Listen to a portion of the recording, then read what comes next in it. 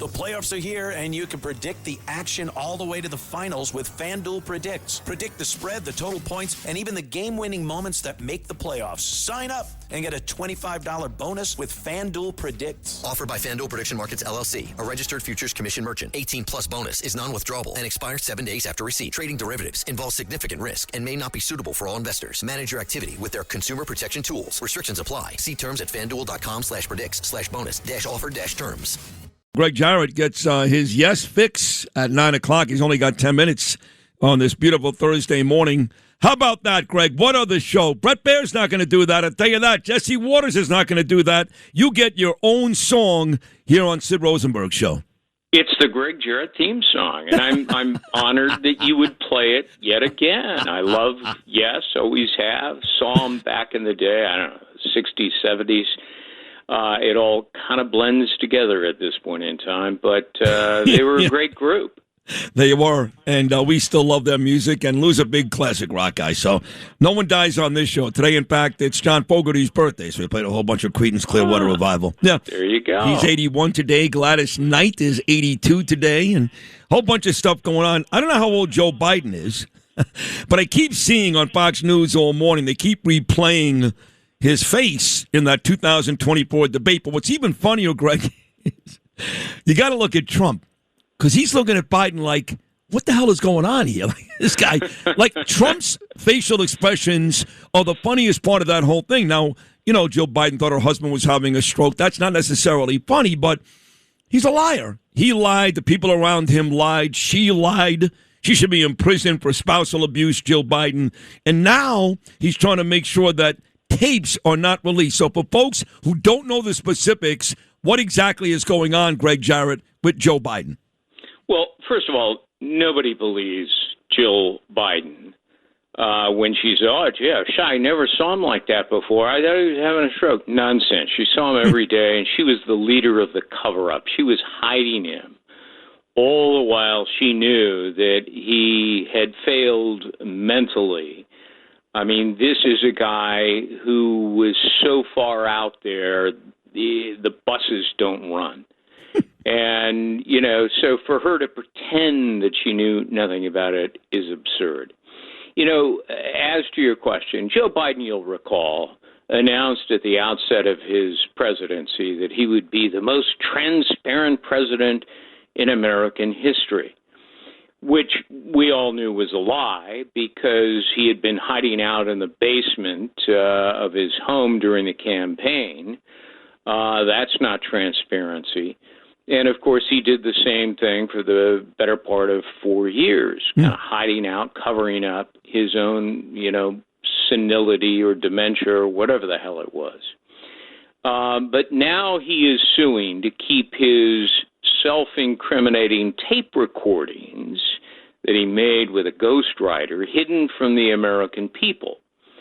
Now, they have a right to know whether he was repeatedly, over the course of a year, lying to reporters when he insisted that he never shared top-secret classified information with anyone. He did share it with a ghostwriter, and he lied about it. It's on the tapes. It's confirmed by the special counsel who listened to the tapes. All you have to do is read his 345-page report. And the public is entitled to hear those tapes as well. Well, two things. First of all, are those tapes legal? I read your stuff. I know the answer is yes. And second of all, do we know in detail exactly what he talked about, Joe Biden? A lot of it was, you know, national security information associated with Afghanistan. And these tapes, you're right, were obtained lawfully by consent in the criminal investigation of Biden, which was headed up by special counsel Robert Hur. As a consequence, since they're lawfully obtained, Biden does not have a Fourth Amendment privacy interest in those tapes, even though he went to court, his lawyers did, and claimed, oh, these are private personal recordings. Biden has a privacy right to keep them secret from the American public. No, the tapes are in the public and prosecutorial domain. That strips away any privacy protection under the law. But, not only that, Sid, think about it this way. Biden was sharing the classified contents of government-owned documents. He doesn't own them. The government does. And he kept telling the special counsel when he was questioned, oh, these are my documents, over and over.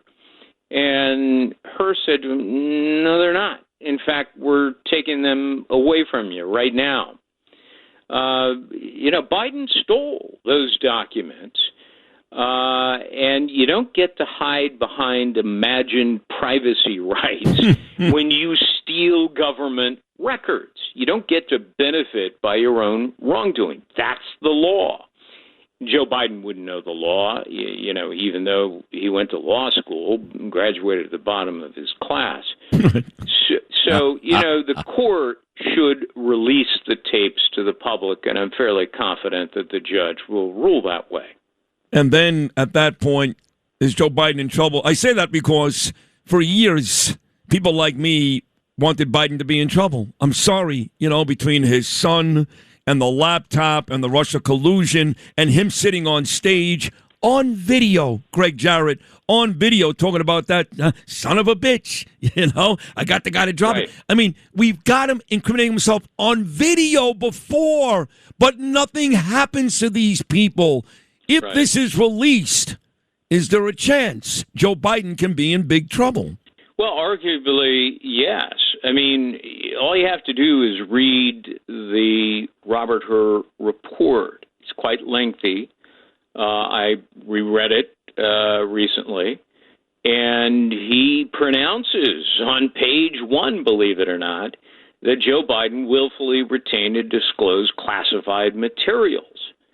And, he shared them with somebody who was no security clearance, unauthorized.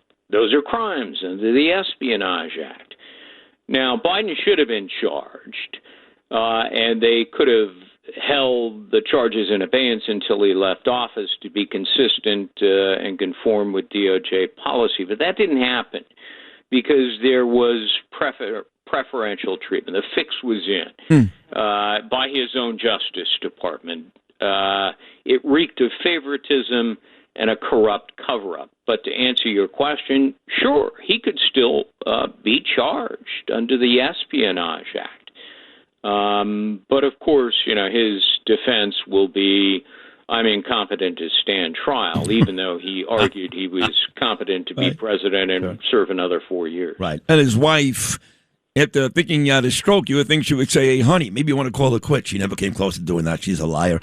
Two quick ones. I know you got to run here. My good buddy and yours, Joseph Tacopina, represented President Trump in that E. Jean Carroll case. And all the left wanted to do was be able to call President Trump a rapist without paying $15 million like Stephanopoulos did. The fact is Tacopina won that case, okay? It wasn't going to go away. Not in New York, not with Judge Kaplan. It wasn't going to go away. But the truth is, you can't call him that. And that's a win for President Trump. And a lot of people still think this lady, E. Jean Carroll, lied.